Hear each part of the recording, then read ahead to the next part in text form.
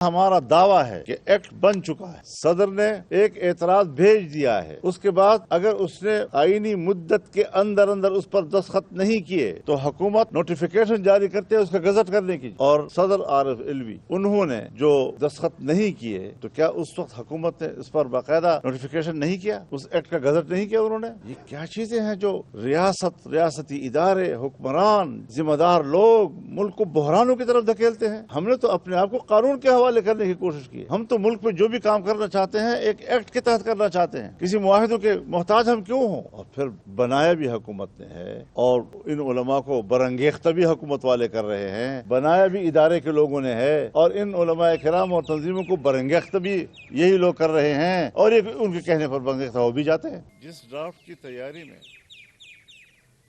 حکومت کی طرف سے کر رہے ہیں، جس ڈرافٹ کی تیاری میں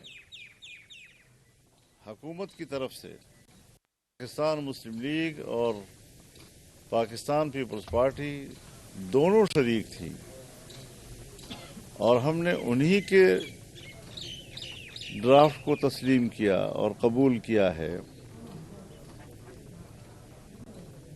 اس کے بعد آصف علی زرداری صاحب کو اس پر اعتراض کرنے کی کیا گنجائش تھی؟ ایک بات۔ دوسری بات یہ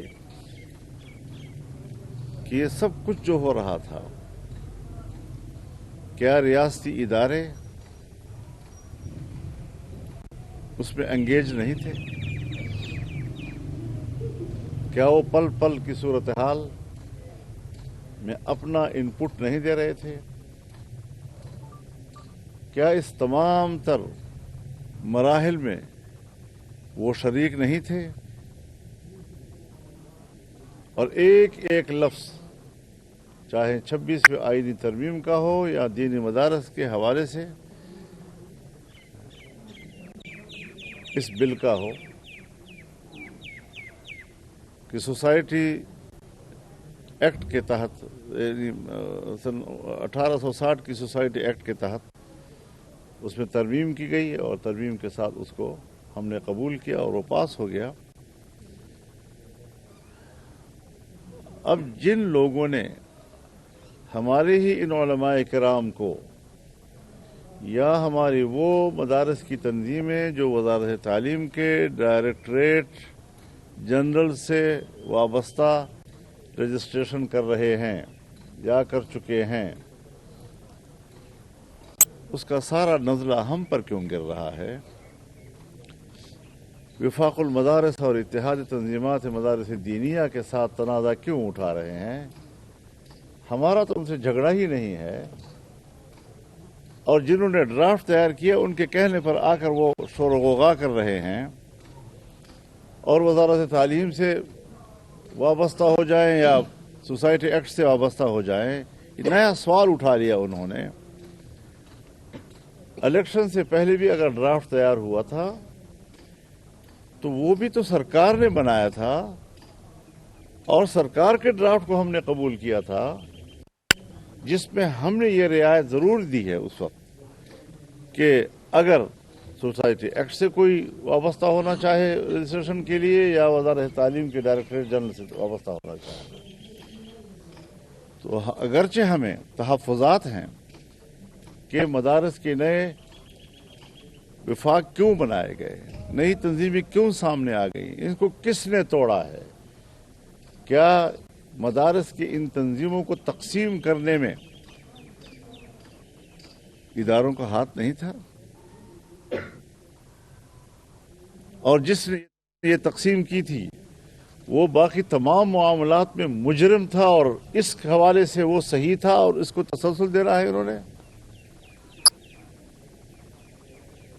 تو میں تو علماء کرام کی خدمت میں بھی گزارش کروں گا کہ جن لوگوں نے آپ کو بلایا، جنہوں نے آپ کو اکسایا، جن کے اشاروں پر آپ ایک محاذ اٹھا کر، یہی تو ذمہ دار ہے اس ڈرافٹ بنانے کے۔ آپ کس کے ساتھ لڑ رہے ہیں؟ کس کے ساتھ آپ لڑائی لڑ رہے ہیں؟ ہمارا آپ سے نہ کوئی جھگڑا ہے، نہ ہم آپ کے خلاف فریق ہیں۔ ڈرافٹ بھی انہوں نے بنایا، وہ والا بھی انہوں نے بنایا تھا، سو ہم نے تحفظات کے باوجود قبول کیا، اور یہ بھی انہوں نے بنایا تھا. سو آپ کا کیس ہمارا کیس نہیں ہے. آپ کیوں ہم سے الگ ہوئے؟ آپ نے مدارس کی تنظیم کو کیوں توڑا؟ آپ الگ سے ایک اور بورڈ میں کیوں چلے گئے؟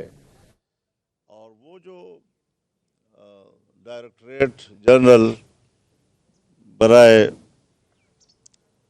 مذہبی تعلیم، یہ تو ایک معاہدے کے تحت ہوا تھا. اور پھر اگر ڈائریکٹریٹ جنرل بنا ہے تو وہ ایگزیکٹو آرڈر سے بنا ہے.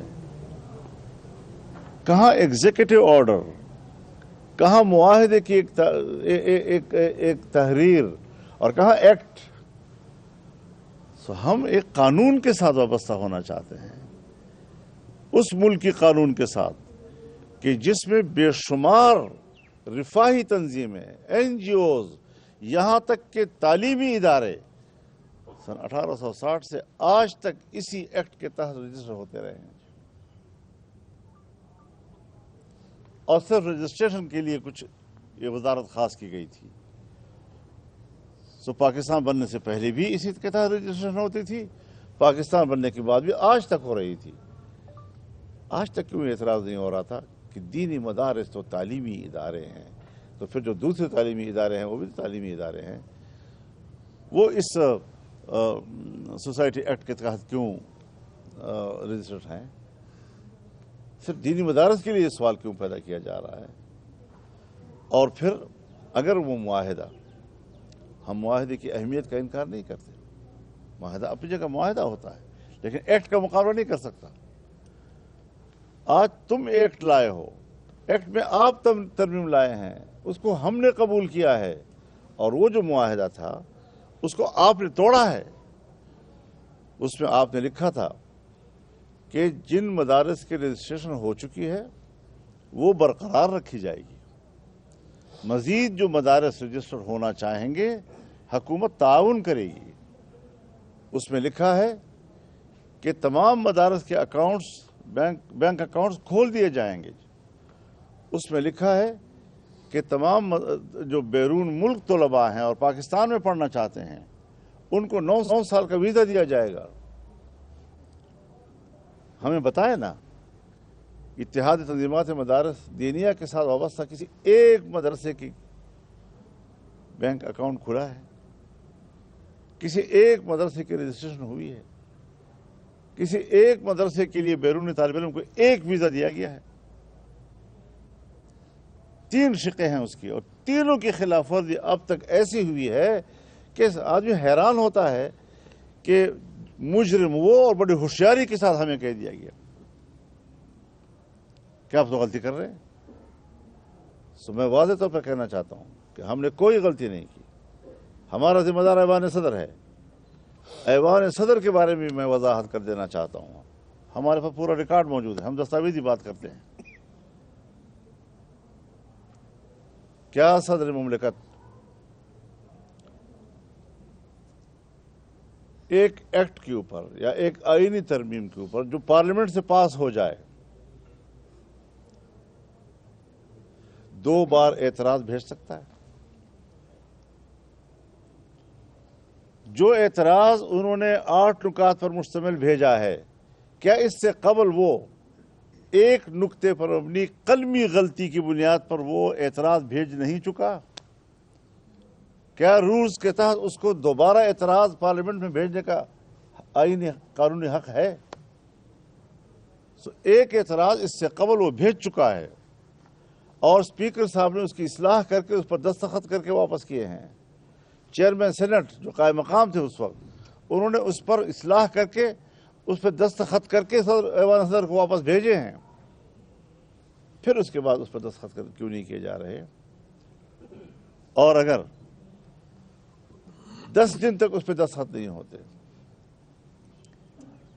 تو کیا وہ خود بخود ایکٹ نہیں بن جاتا؟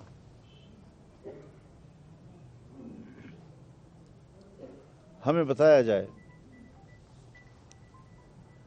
کہ 20 اور 21 اکتوبر کو پاس ہونے والا بل،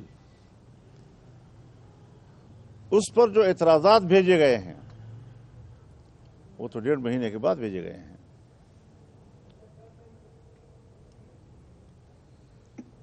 اب کیا ایوان صدر اور پارلیمنٹ یا ایوان صدر یا لا منسٹری، اس میں تو جو چیزیں جاتی رہتی ہیں وہ تو چند منٹوں میں پہنچ جاتی ہیں، ڈسپیچ فوراً چلا جاتا ہے۔ 1.5 مہینے تک کس ڈاک میں پڑا رہا؟ بیک ڈیٹ میں آپ اس پہ دستخط کر لیں تو آپ جھوٹ چھپا سکیں گے پھر؟